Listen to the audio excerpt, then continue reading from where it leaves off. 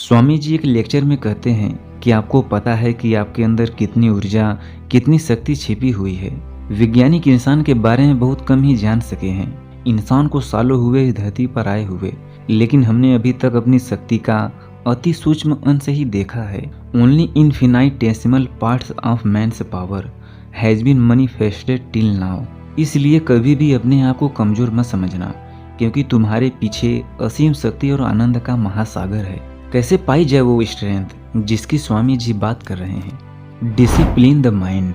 मन को शांत रखो और ध्यान को एकाग्र करना सीखो। स्वामी जी कहते हैं जब आपका मन आपके कंट्रोल में होता है तो अपने आप पूरा शरीर नियंत्रण में आ जाता है। आप इस शरीर रूपी मशीन को अपनी इच्छा का गुलाम बना लेते हो।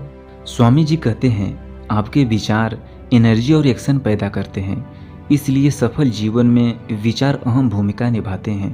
Thought is a crucial dynamic component in any successful life.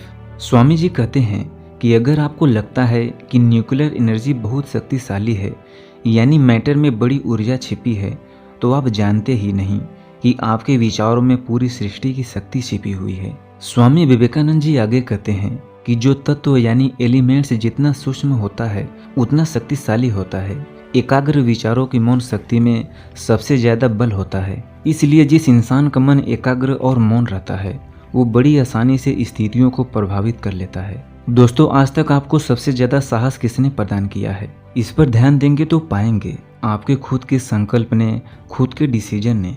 जब इंसान खुद की ताकत को बोलता है तो वो कमजोरी महसूस करता है। मन को एकाग्र करने का क्या तरीका है? स्वामी जी कहते हैं कि अपने आप को सर्वोच्च आदर्श से भर लो। जो भी करना चाहते हो उस पर अच्छी तरह से विचार करो।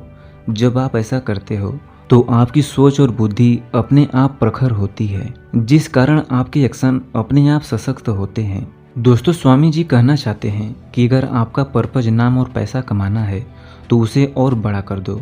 उसमें इंसान और विश्व की सेवा जोड़ो और देखो कि आप अच्छा काम करके, अच्छा करियर और अच्छी कंपनी बनाकर अपने परिवार, अपने समाज और देश में कितने लोगों की मदद कर सकते हो। ऊंचे उद्देश्य से आपकी फीलिंग चेंज होती है।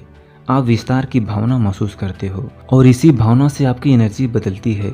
आप नए तरीके से सोचते हो और आपके विचार खुद परेशानी को पार कर जाते हैं। इसलिए आपका मन आपकी इंटेंशन और पर्पज की शक्ति से ट्रांसफॉर्म हो जाता है। कुछ बड़ा करने की भावना हम सब अपने जीवन में कभी न कभी महसूस करते हैं, लेकिन इसे लंबे समय तक बनाए नहीं रख पाते। इसलिए बड़े उद्देश्य के साथ आपको चाहिए कंसंट्रेशन प्रैक्टिस।